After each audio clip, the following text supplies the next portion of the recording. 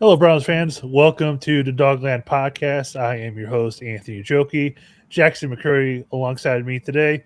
As always, Jack, man, how we doing? Doing well, man. We are a week into training camp. Love going on social media, seeing a bunch of football content. Football is definitely back, man. How are you? Doing pretty good. Yeah, it's great to have football back.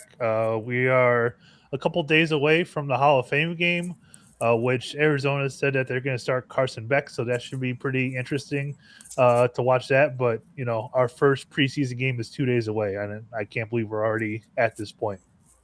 Yeah, it's surreal. Like, obviously, I am not that far away from Canton, so obviously Hall of Fame festivities kicking into high gear. You mentioned the game, the induction ceremony this weekend, another stellar class going into the Pro Football Hall of Fame. But yeah, it's just football's back. The Browns play in a little over a week, so it's starting to get really real. Football really is back. Yeah, absolutely. And, we have a lot to discuss on this show today because I was able to make it out to training camp today, planning on going tomorrow as well. So there's probably going to be another stream tomorrow if I was a betting man. But it was great to get out there. It was a little toasty, but it is the beginning of August, and my phone was sort of not cooperating with me at times when I was trying to upload videos and send tweets and all that kind of stuff. But it was good to be out there. I haven't been out there since OBJ was traded here that first season, so it's been quite a handful of years since I've made it out to Berea for practice. But a lot of things changed around, and but it was good. It was good to get out there. Uh, Hooked up with and met Jacob Roach and Nick Carnes as well. So got to meet a couple of the Barking Browns guys and have a quick chat with them. Unfortunately, they were in the VIP tent, so they had it all nice and good. But good to catch up with them. But yeah, it was great to be out there today. Yeah, like I was working, but I we are part of the Barking Browns Discord, so I know like I knew you and Jacob were going to be there, so I knew you guys were going to fill us in on as much of training camp as possible, and obviously, I have Daniel Afusi, Zach Jackson, some of the other Browns insiders, constantly filling in updates on Twitter, so it's easy to kind of follow along as social media goes, and I'm in a couple group chats, so they're filling in as well because I know Nathan and Bo Bishop were doing live play by play on CBD. So we're getting content and insight from all angles now. And that's awesome because you would have told me this like 15 years ago during the Pat Shermer days. Like social media really wasn't as big as it is now, but Now you can get training camp content from all corners of the internet, and that's a beautiful thing, because if you're like me, you're working during the day, you can't fully lock in and follow training camp. You can come home and boom, see all the content and pick it up and be able to uh, collect all the thoughts before we do this kind of thing. Yeah, I mean, if you're free from 1:30 to 3:30 for the 2 hour practice, you could pretty much see every single play on X or wherever. So Yeah, all the people that cover the Browns do a great job with posting videos. Whether you mentioned Zach um, or Camp Justice is the best yeah, because she yeah, has like the you get like, compilation videos. oh my god, it's the best thing. And shout out to Cam. She's killing it. So proud of her rise in the media game here. But like you said, like 5 6 minute compilations where you get every throw from the quarterbacks. I don't know how she does it. Obviously, she works at News Channel 5, so I'm sure there's multiple people there filming every Shador throw, every Deshaun throw, every Dylan Gabriel throw, being able to collect all that. Like she's even getting video of Ronnie Hickman and Quincy Williams uh, hitting a ball carrier on a running play. Like it's great. So shout out to Cam and everybody in the Browns media for all the content. Yeah, she does a great job. I would love to get her on the show at some point. Yeah. That'd be wonderful to talk to her. As well with all the other Browns media too. Mhm. There's quite a handful of people I think that we would love to have on the show. And but yeah, I mean, training camp. There's obviously a lot going on. I was trying to gather my bearings today on where to stand and where to be able to get the best footage and all that kind of stuff. I have a better idea for tomorrow of where to be and when I need to move spots. Go from one side of the field to the other side of the field. So I'll have probably some better coverage tomorrow over on my X account. But it was good. It was great to get all that, and I'm excited to dive into it. And I kind of wanted to have you kind of lead here, just so that way I could answer the questions that you have. Yeah, I mean, and there's no better place to start with because obviously it is the hot topic with the Cleveland Browns. It's the quarterback competition. It's Deshaun Watson. It's Shador Sanders. Obviously, like Dylan's gotten an uptick in reps. Todd Munkin said just a couple days ago, Dylan's maximized every rep and they're giving him some more.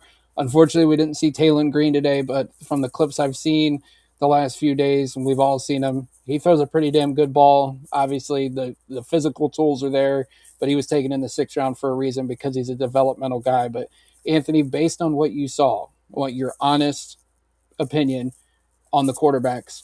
And if you can, if you've seen all three of them, Watson, Sanders, Gabriel, let's hear your opinion on it.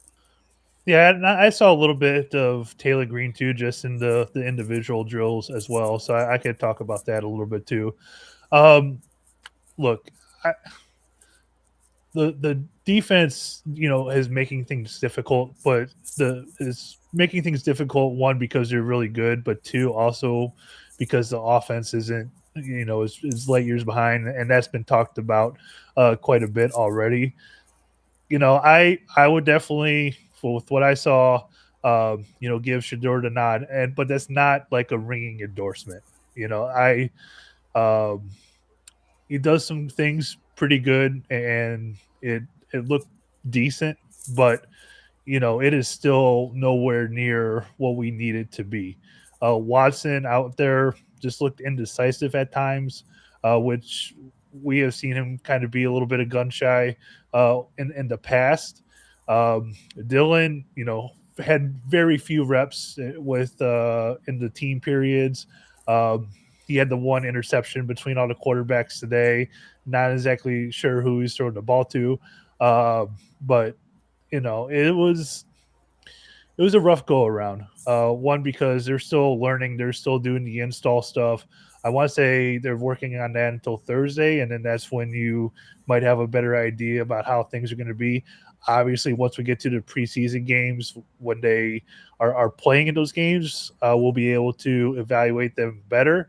But as of right now, I would give Shador the nod, with Watson second, Gabriel being third, and look, Taylor Green is a big dude out there. He's got a big arm. I think his footwork needs to really improve because he was overshooting a lot of the receivers and like the one-on-one drills and whatnot. So that will come with time. Like you said, he's a six-round rookie. He's got a lot to learn still, but there's certain physical tools that are there for sure. Yeah, I mean everybody's gonna fall in love with that, especially once the preseason starts. Seeing Taylor Green, obviously big body, strong arm, the mobile ability that he has, but he's got a long way to go. Like people are gonna get excited in the preseason. I'm just gonna tell you, Colt McCoy looked great in the preseason. Brandon Whedon looked great in the preseason. Deshaun Kaiser looked great in the preseason. You got to give him time. Maybe he turns into something in a year or two. Maybe he turns into nothing. But like the tools are there for him. It's just I think him getting to sit and learn is something that he truly needs. I don't think he should see the field unless you want to do some kind of fun uh, package of plays for him where he's like does like a QB power run like in a goal line situation. But you don't want to see Taylor Green anytime in a significant game environment in 2026. But going back to the guys that matter, Watson, Sanders, and even throw Gabriel into the mix, I think this is what like I think the Browns are in a situation where nobody is firmly grasping this position. Shador has made plenty of good plays, but there's also a lot of things that you look at, and I've heard a lot about the pre-snap penalties in team sessions where it's just it's bad still, and him holding onto the ball in plays. I don't know if that's by design, but seeing him just like be indecisive post snap, much like Deshaun Watson, it's definitely a cause for concern. Like you said, Sanders was the best, but it's not a ringing endorsement. It's like he obviously hasn't turned the ball over, which I think is a big thing compared to Deshaun, who's thrown I think 6 interceptions based on that QB tracker that ESPN Cleveland has put together. But it's not like Shador is decisively QB1. I think once we see him in a game environment, maybe that'll become clearer. Obviously, where this was the second padded practice, but like I think Sanders will probably be the starter based on everything we've seen so far through 6 practice sessions. But I don't know if that's a ringing endorsement or what have you. Like, I want to hear your take on that. Yeah, like I said, it's really not a ringing endorsement, but there are a lot of things with Sanders, and that points to a struggling offense, and Watson has had some of those same things too. The indecisiveness, holding on to the ball too long.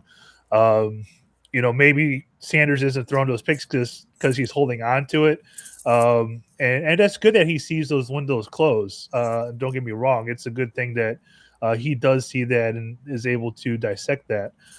You mentioned the pre-snap penalties. There was the one um, team period that they had where they were pretty much backed up on the goal line. They had first and 10. Um, the first play, Shador was able to get a first down, and then on the next play, there was a pre-snap penalty which backed it up 5 yards. Then they went 3-and-out from that. When it was Watson's turn, before the first snap, they had a pre-snap penalty. That one was on Austin Barber, the right tackle, and so it backed them up, to like the half-yard line, and they went 3-and-out from there. So we've seen, unfortunately, a lot of the pre-snap penalties. And look, I get that it's a new offense. There's a lot of growing pains. That was one of the biggest things, though, with Stefanski over the years was the pre-snap penalties, whether it be false starts or illegal motion, illegal shift, all of that. So that's something that I was really hoping we would see less of. Hopefully, once we get into the actual preseason games, we see a lot less of that, and seeing these quarterbacks, really take command of the huddle, take command of the offense, eliminate those pre-snap penalties. There were a couple of delayed games too. Just they're taking too long, with the motion that they had, the audibles. So it was a handful of mistakes today. No turnovers between the two, which was good. None of the running backs put the ball on the ground or anything either.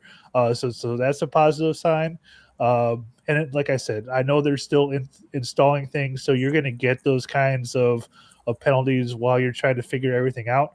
Um, but starting Thursday and going into next week, I think you're going to be able to get a better read on this kind of stuff, especially when they're preparing for their first preseason game. I want to say it's next Friday.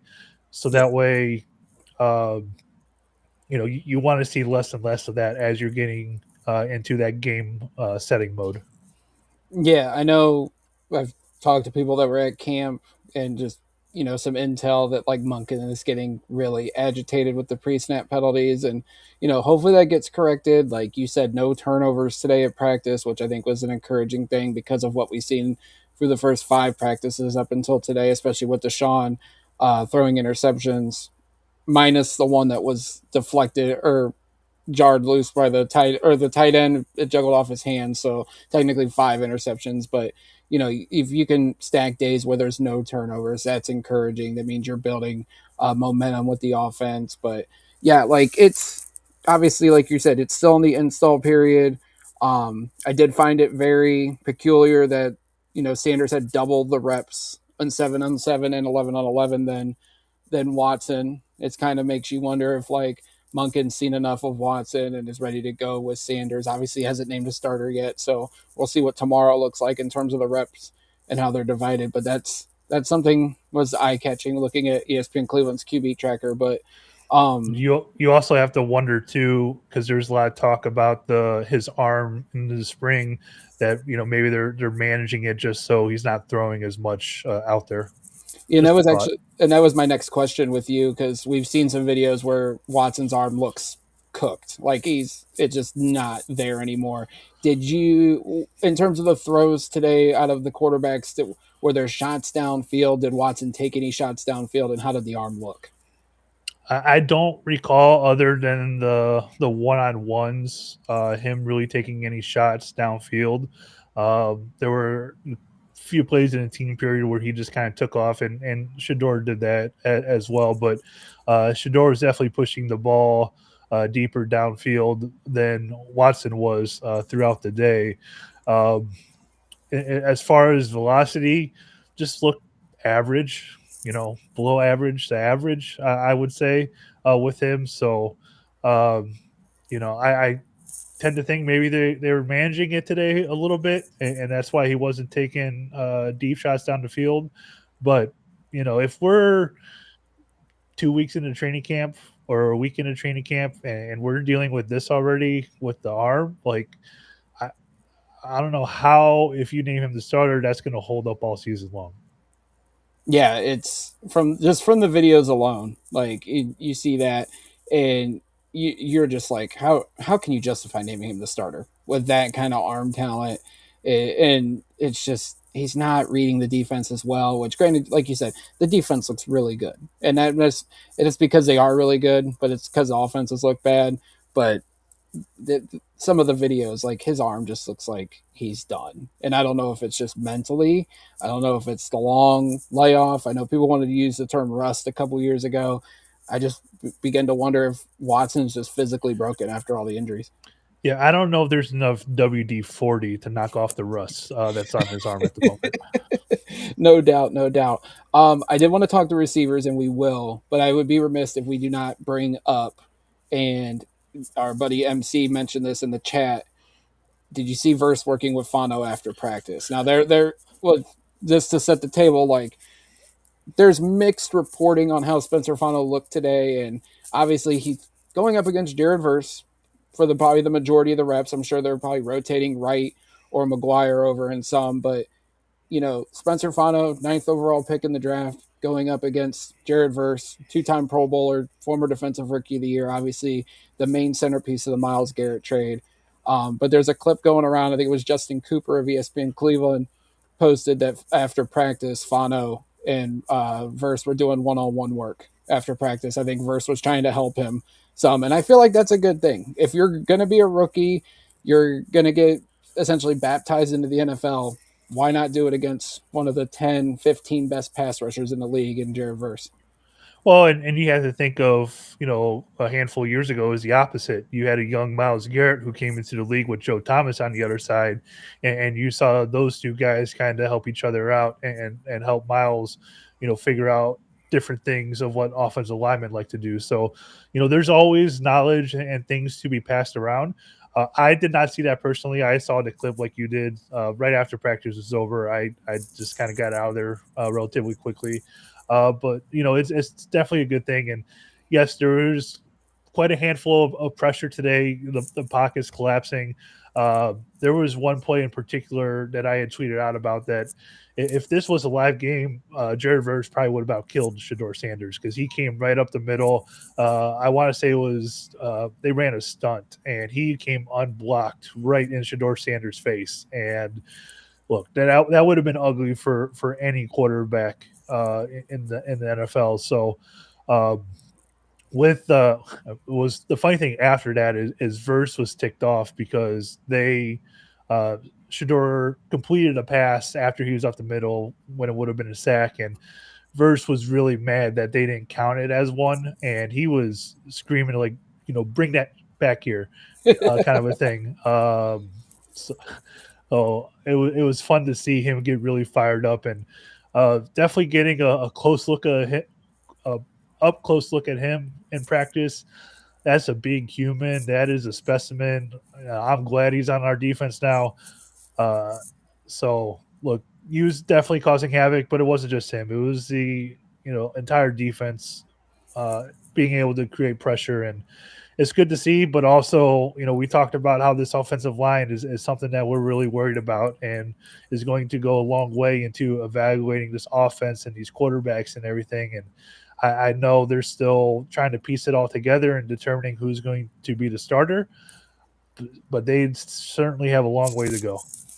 Oh yeah, they do. And I mean, I know they've been rotating guys during this install portion of training camp, but I'm just hoping like you said, I think Thursday is probably when the installs are done. I'm just hoping they pick five. I know Tevin Jenkins has been out, so KT Leviston's been getting the majority of the reps at right guard. Hopefully they pick five and just start to let them gel because we are about 5 weeks away from the regular season.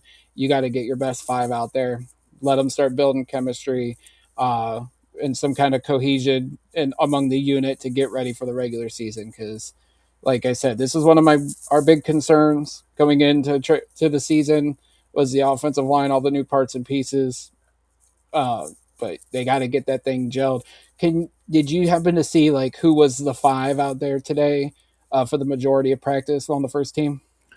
I did not look that closely in terms of the offensive line. I'll have to go back to the different clips that I had. I did notice because it is impossible to notice or impossible not to notice that Dewan was on the second team. So I'll say Fana was out there at left tackle. Just because Dewan's a big human being and that caught my eye. Just remember seeing him out there with Watson. But I'm gonna have to go back and look at the clips that I grabbed just to see who was out there with the ones.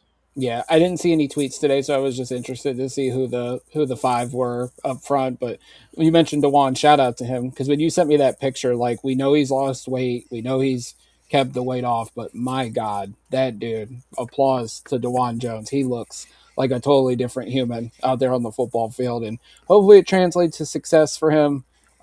He's worked his tail off. It's been mentioned all off season, but it's great to see that. Tomorrow, I'm going to try to get some offensive line drills and stuff that they do at the beginning of practice, just so everybody can really see the difference there. Yeah, for sure. I mentioned the receivers. We've been seeing all the hype with Casey Concepcion, who injured his shoulder on Monday, and we were kind of wondering if he was going to be all right. Well, he was back out there today, and Denzel Boston. Those two have been the talk of camp so far. But tell us about the rookie receivers, what you saw, and should we feel encouraged as Browns fans for two of our top 40 selections in this year's draft? Yeah, I mean, he did some of the individual work, which was good that he was out there for that. Fortunately, he wasn't out there for the team periods. But yeah, I mean, Denzel Boston certainly is one that jumps off the field at you. Everything that he does is with precision. There's no wasted movement. He's just I don't want to say he's a polished NFL receiver already because that would be going a little bit too far. But you can definitely see his skill set being able to translate to the next level here. So I'm very excited to see his growth. I just saw the comment that came through and just kind of gave me a chuckle. Um, but yeah, Denzel Boston caught my eye. Isaiah Boston too, or Isaiah Boston, Isaiah Bond was jumped off the field. Um, that I think he's an undrafted rookie. That Cole Wilson out of Baylor. Was it Uh, Kobe? Was it Cole or Kobe? I think you said maybe it's Cole. Yeah, I Kobe. think you're right. Let me, but go ahead and continue. I sent a message rather early, but I mean he's really fast. But the receiver that really jumped and caught my eye today, Tylan Wallace. That dude made some really nice catches in the one on one period. I'm excited to see and what he's able to bring to this team. I don't want to say that like he has a roster spot locked already, but it's definitely trending in that direction. Um, Disappointments, obviously, I Tillman just kind of was he was out there, but he wasn't out there. It was just kind of get lost. Yeah. Not lost in the sense he didn't know what he was doing, just lost in the fact that just wasn't getting open, wasn't making plays. So he was kind of on the third team of receivers that was working with Dylan Gabriel for most of the day.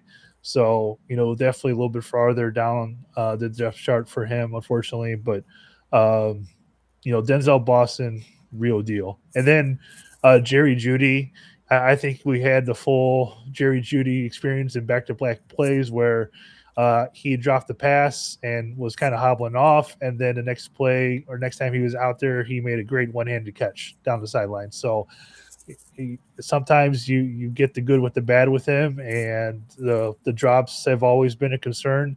Had one today, and then he goes around and makes a one handed catch. So, I don't know how that happens at times. So is he the modern day Braylon Edwards? You make like a crazy play and then And then drop drop a something. wide open one. And Yeah, yeah. I would probably put it at that.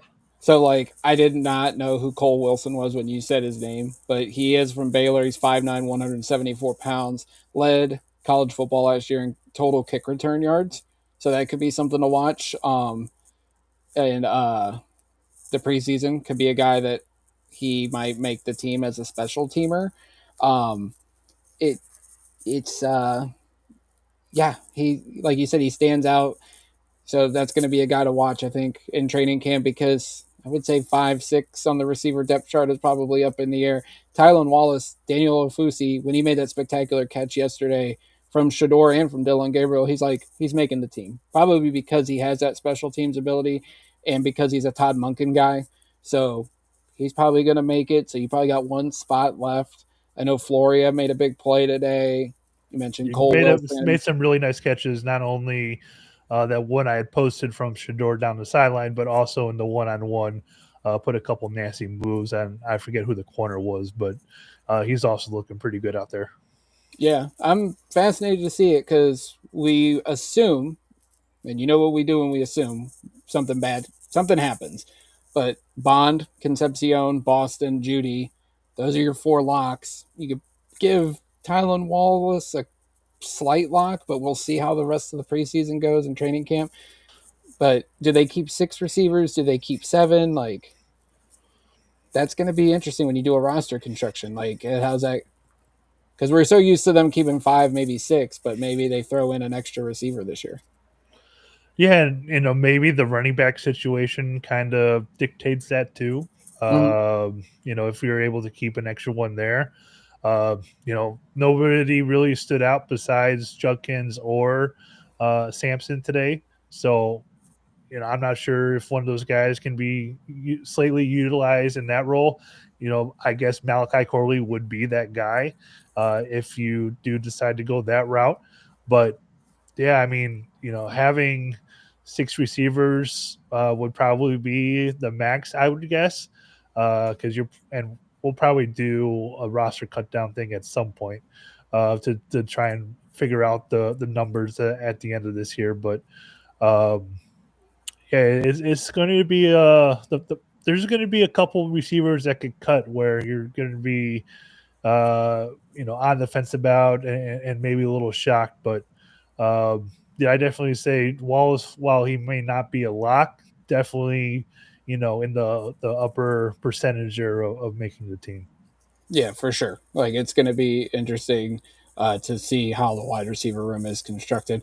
Thank you to everybody who's watching so far. Make sure you guys hit the like button, subscribe if you haven't already. We appreciate you all for tuning in with us tonight. Anthony, you mentioned the defense earlier and how good they've looked. We'd already talked about Jared Verse, a guy that's getting a lot of buzz early on in camp. Mason Graham, team's number one pick last year. Did you get to see him at all today? Because a lot of people have been talking about him, how disruptive he's been in the middle of that defensive line. I know a lot of people were trying to write him off after his rookie season just because he didn't really put up stats as a first year defensive tackle. But you watch the tape and he made people kind of second guess themselves, like maybe this guy can play. Did you get to see him at all today out there? You're setting me up for this question that I unfortunately don't have an answer to because I wasn't paying, And that it's hard because look, I do watch a lot of football, but I also tend to watch where the ball is a lot and not really watch the offensive line play.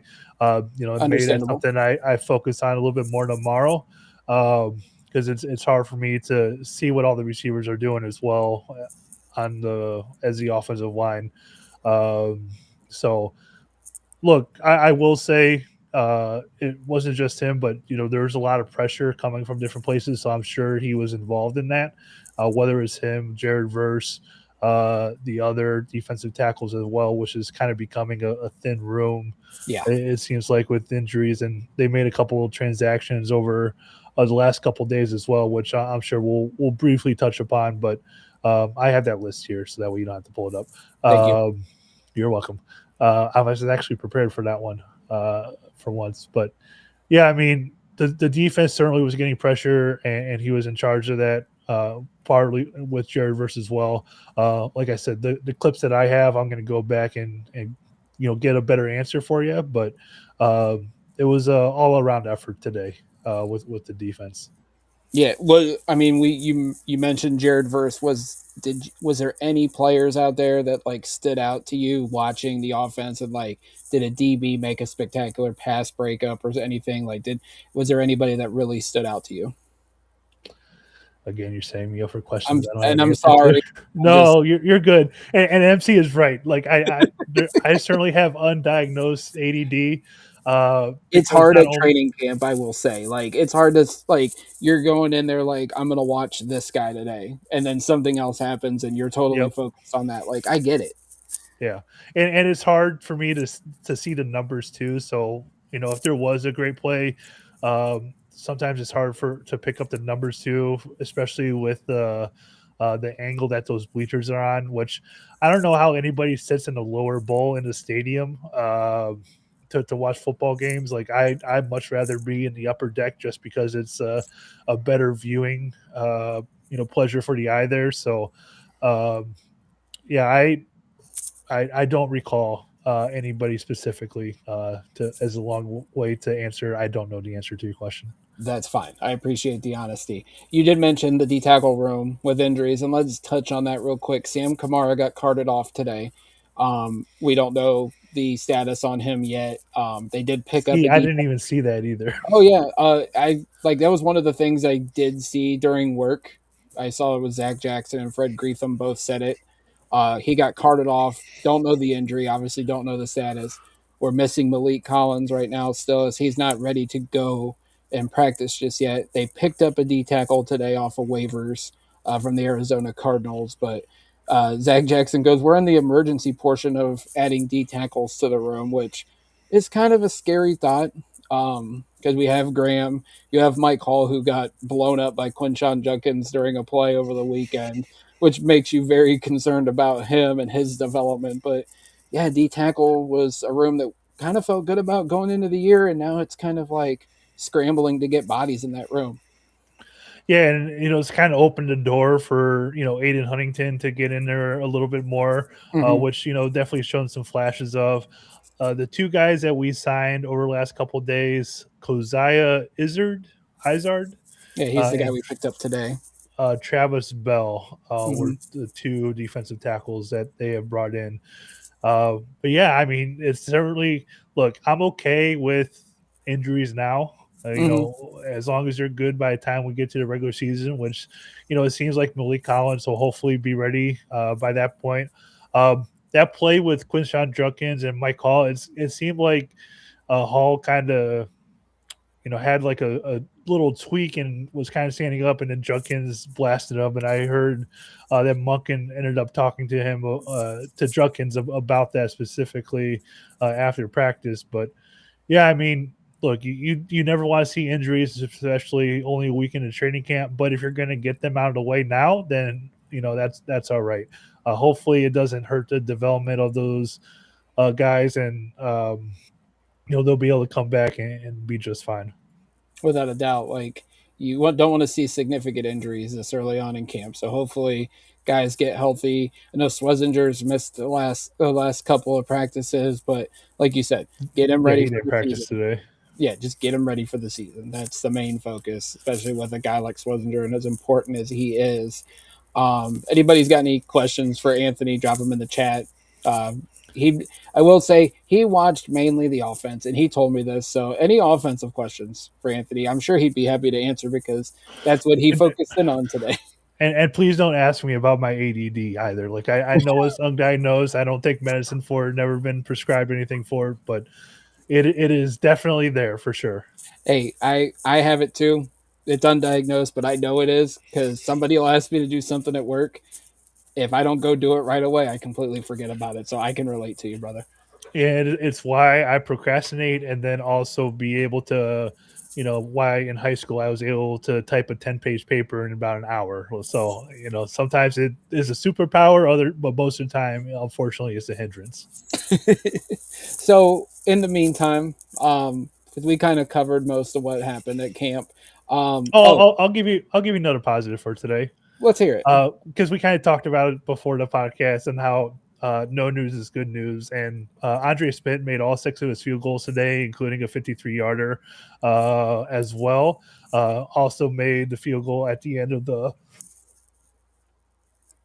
2-minute drill as well. The one that Shador Sanders led to be able to get points. That was the other thing. The 2-minute drills, Shador was able to get a field goal. Watson did not get any points on the board during the 2-minute drill today. MC, I completely agree with you on this one. I think most men do have ADD. I want to say I have a reason why, but I'm not saying that on the air because I don't want to get in trouble for it. I know I do, and I'll own it. But let's actually talk about a news item that happened over the weekend because it did pertain to the Cleveland Browns.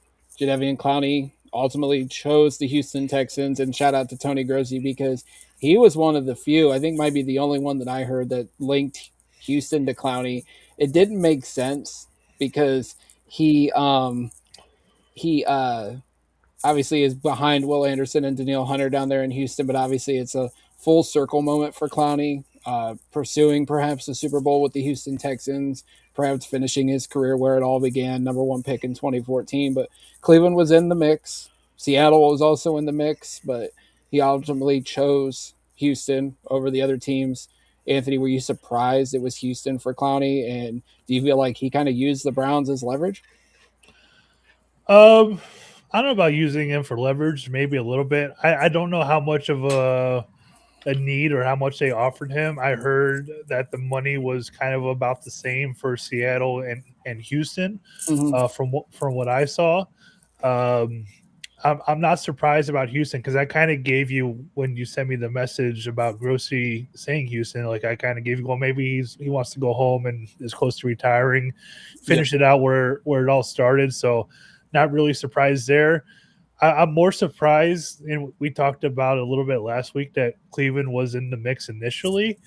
You would think at this point of the career, playoffs and championships are certainly something that he probably wants to accomplish, and I don't think he was going to get that here this season. Definitely the defending Super Bowl champs, which I think I mentioned Seattle to you before it was because it was AFC West team when NFC the West news team. came out, or Yeah. NFC West team, and I threw out their Seattle to you, which I ended up being right on that one. Yep. Um, but the defending Super Bowl champions, certainly an option there. the Houston Texans as well.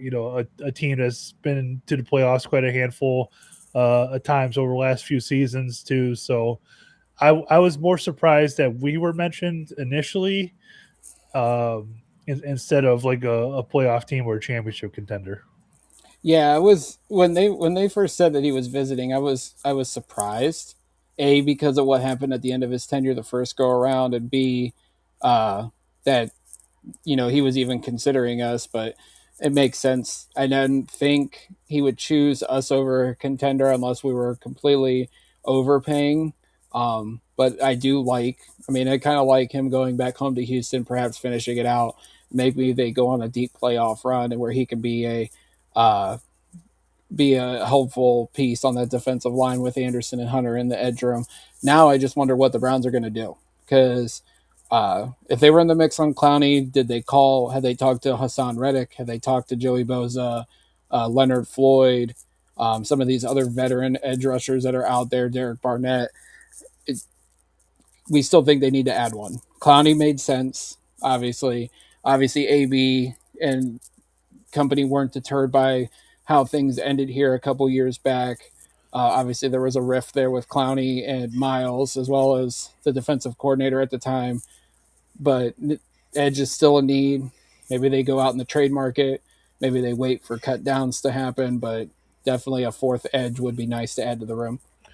Yeah, and losing Kamar too, that was one guy. If he's going to be out for any significant amount of time, somebody that could play defensive end and defensive tackle too. So I'm curious to see how that could shake the roster cut down if he's going to be out for a significant amount of time, and hopefully not. But anytime you get carted off with the injury, certainly that possibility.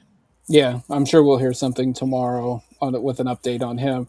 MC did post a question in the chat. Anthony, any comments on Dylan Sampson? We haven't heard much about him, but the Browns obviously have been hyping him up, naming him and Judkins Thunder and Lightning. Yeah, not a whole lot today on him. Did have a really nice screenplay, which came from Watson. I thought the play design of that was really cool because it wasn't like a traditional, swing out to or let everybody go, come in to let the pressure through. Kind of a play. He kind of more ran, I think it's called like a Texas route where he it's like a 45 and then another 45 towards the inside. That was an interesting play design, and he really benefited from that on that specific play. But yeah, definitely, in there in those passing situations, I think the uh, will continue to be utilized pretty well. And I think with Munkin, he's going to give Sampson those types of plays and definitely an opportunity to have a bigger second year from him. I hope so. If he can turn into a Justice Hill type back for this offense, I think that would be a huge weapon to have, backing up Judkins, but also using him in the passing game, just getting him in open space. And we saw it last year, the Vegas game, obviously the big touchdown from Shador. You get him in open space, he's got the electricity to make a big play. So hopefully we see more out of Dylan Sampson this year. Really liked him coming out of Tennessee, and I think he can be an asset to this offense. Yeah, I think so as well. You would love to have two really good running backs. The problem is, I don't know if there's really anybody else behind them at this moment. And, maybe that's an external option down the road, but we'll see. Yeah, for sure. You mentioned uh, the landscape of Berea has changed since the last time you were there, 2019. The only time I've been to Berea for a training camp was 2013, so I know it's changed a lot. Just looking at pictures of what the grounds looked like then compared to what it looks like now. So talk about obviously they're still changing a lot of things there at the training facility. Like talk about your experience, like what has changed, and is it more of a fan friendly environment for training camp for Browns fans? Yeah, well, even just getting into Berea, like as soon as you get off 480, or like I got off 480 to head down. I think that's 237, whatever that main road is where the airport is, down to Berea. But construction everywhere, road construction, which, getting ready for the new stadium. There's going to be a lot of that. Um, once you get into the Berea, them building quite a bit of add-ons. It seems like to the practice facility. And look, this is could have been like this for the last couple years. I don't know, unfortunately, because I haven't been there. But the layout is completely different. Um, before, as soon as you walked in, the stands were right there to the right with the practice field. And I want to say it went right to left as soon as you walked in, but everything seems to kind of go north and south. There's four different fields that they have out there now, with the main one being in kind of like the northeast corner of the area that they have.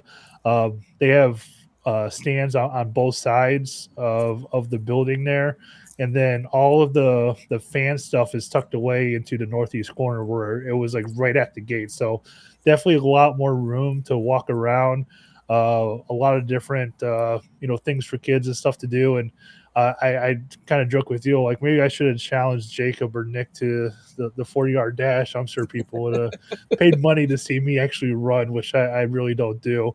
Um, maybe we'll have to circle back at that at some point. But Yeah. um, one of the more interesting things that I learned is they had kind of a model of the interior of the new stadium and what it's going to look like. They had a couple different reps there. I want to say he was part. What was the word that he used? But part of the stadium marketing team or something to that effect. One of the things they're building on in Berea, there, a part of the Browns facility, is kind of a mock uh, indoor or how the inside of the new stadium will look, which sounds really cool. So I'm curious to see what they're going to do for fans once that's all completely done, and the access that you'll be able to see with that. So, um, but there was a lot of construction going on, so I'm curious to see when all that's going to be finished up there. But it looked really nice and a lot different from the last time that was there in a positive manner. And I know they have invested a lot of money into Berea, since the Haslam's have been there. So, the facility has always seemed to get a good grade from the Players Association whenever that survey goes around. Yeah, I mean, they've invested a lot into the facility and they continue to build around it. Obviously, I forget what the name of the complex is that they're building to the right of the training facility, but I know it's going to be like a business office or it's going to be youth football fields. Like, it's a really nice complex that they're constructing. You can see it in some of the videos from training camp. So they're investing a lot into the city of Berea. Obviously, right down the road is the stadium, which I was going to ask you, did you happen to drive by the stadium and happen to see any of the construction going on? I tried to look, but they kind of like split you off when you were going on 237 North there, Mm-hmm. for the exit for Snow Road or the exit to get you back to 480. So I did not. I was not able to see the construction for the stadium. Unfortunately, I tried looking, but wasn't able to. That's a bummer, but I know there's I think 19 News just posted a construction webcam, so that's going to be nice because we haven't seen one yet. So it'll be nice to see the progress of that stadium being built here over the next couple of years. But yeah, the Haslams have invested a lot. Obviously, they've renovated that training facility. They continue to. They're adding that complex. I think it's Club 46 or it's something 46. I just Something like forget the that. name of, Yeah. but obviously they're changing the whole landscape of that facility, and I think they're going to continue to change it to make it a strong world class training facility for the Browns as they move the stadium to Brook Park here in the coming years. But it's encouraging to know that they're investing so much to make this a good NFL franchise. Now, if they can get the product on field better, then it'll just make it that much better. And I know the last couple of drafts have been good. Obviously, we're looking to go into a positive direction with 2027 being a big goal. Obviously, Jimmy and J-Dub spoke over the weekend. They expect to compete and win some games. Jimmy even said bet the over which may or may not get him in trouble with the National Football League. But obviously, they're optimistic that they're going to compete this year, and they've definitely put the money down to do so. Yeah, there's been no shortage of investment from them and all the different facilities. Obviously, the new stadium as well. Mm-hmm. Another thing that was mentioned too, like the rep there mentioned that uh, there's going to be double the amount of parking that there was around the current Brown Stadium, which is very interesting and very positive as well because that's one of the long nightmares, unfortunately, of having the stadium on the lake there, which they could have done a much better job with it, but I know they rushed to put the stadium up there. But Yeah. it definitely not a shortage of money that they've put into making things better. No, not at all, and they'll continue to do so. I think as long as they, the Haslams have a lot of money and they have deep pockets, so they'll continue to improve that. The only other thing is it came out that it looks like the field is going to be turf. I wish it was grass, Yeah, but I you was know, hoping with the glass roof that they'd be able to find a way to have natural grass, but I mean, I understand it's a lot. I know the Cardinals do it, but the Cardinals are out in the desert and there's like nothing around that stadium to where they're able to roll in and roll out grass. I don't know how feasible that is in Berea. I know what the weather's like all year round, but no. it'd have been nice to find a way to have natural grass on that stadium. But Yeah, it wouldn't be feasible just because you're building it underground. So yeah, unless you roll it out into another underground facility that is temperature controlled and be able to water and fertilize it, do all that care that you need to for it, it'd be tough. But I would tend to think that there is a way for them to. They did say that they would be able to have live grass for World Cup games or any soccer matches or anything like that, which is intriguing. But you if they're able to have it for that, you would think they'd be able to have it for the full football season. yeah, and that was a hot topic during the World Cup. That some of these stadiums had live grass for the soccer, but they wouldn't have it for the NFL. The NFL is still adamant that or artificial turf is the way to go. Players are obviously fighting that. I feel like that's going to be a really big sticking point in the next CBA talks. I don't know how they would insert that in, but that's definitely going to be a strong debate for years to come. Obviously, the evidence backs it up that a lot of knee injuries have happened when these stadiums have turned to turf. Um, it's the wrong way Well, to not only go. that, but concussions as well. Yeah, concussion, like turf is not the way to go. But I understand with all these indoor facilities, it's hard hypothetically to have live grass. I know some stadiums, like I said, Arizona, I think Vegas has live grass on their stadium too. So there's a way, but they're obviously in better climates than Cleveland, Detroit, Indianapolis, some of these other cities that have indoor stadiums. So it's going to be a hot topic for years to come. Hopefully they can find some kind of happy medium here that's better for all sides, but turf's going to be it, I guess, for Huntington Bank Stadium. Yeah, which um, disappointed about, but if they could somehow get natural grass, that'd be great. But what really matters is whether it's grass or whether it's turf that they're winning on whatever surface that is out there.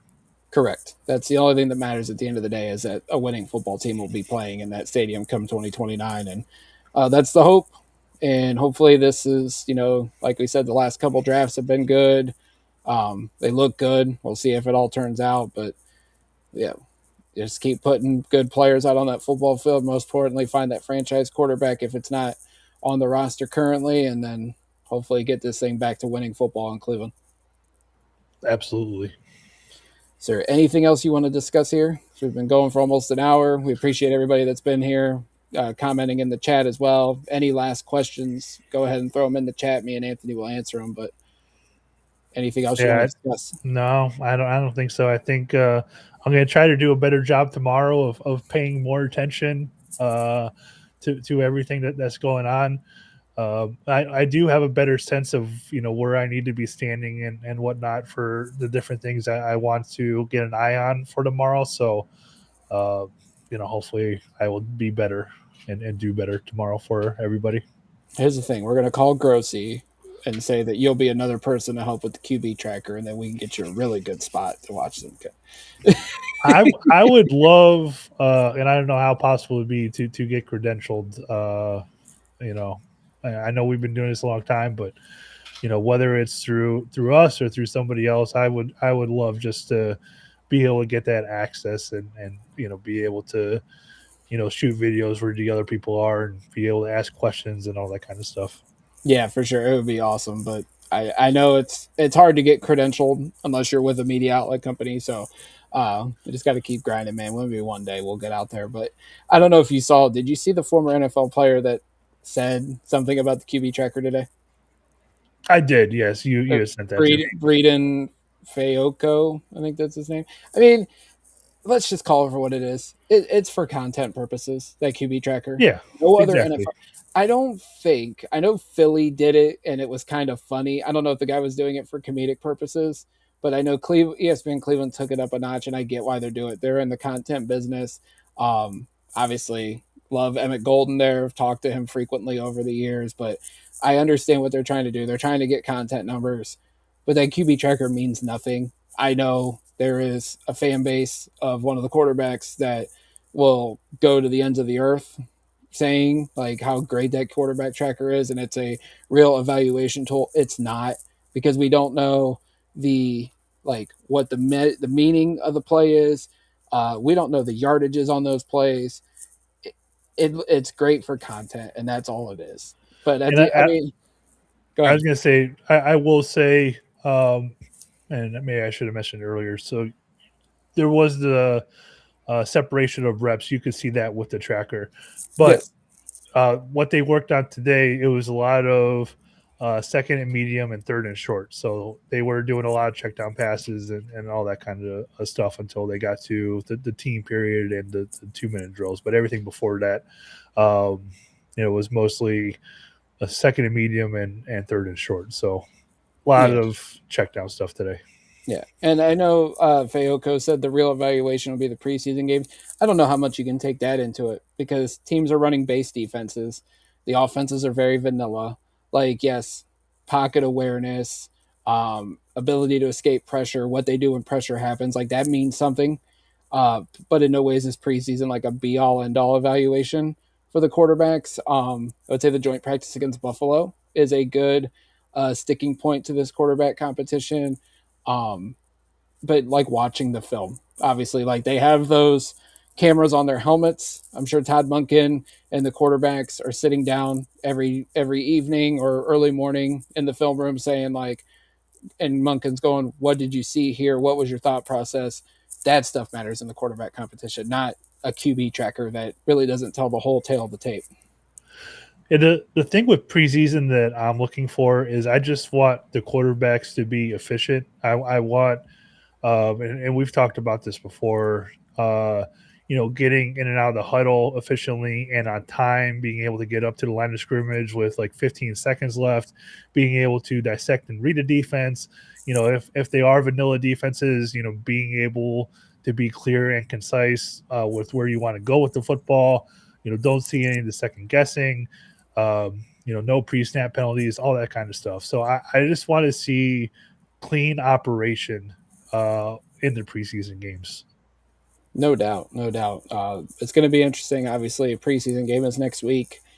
Maybe we get a little more clarity at the quarterback position. Perhaps tomorrow. I'm anxious to see.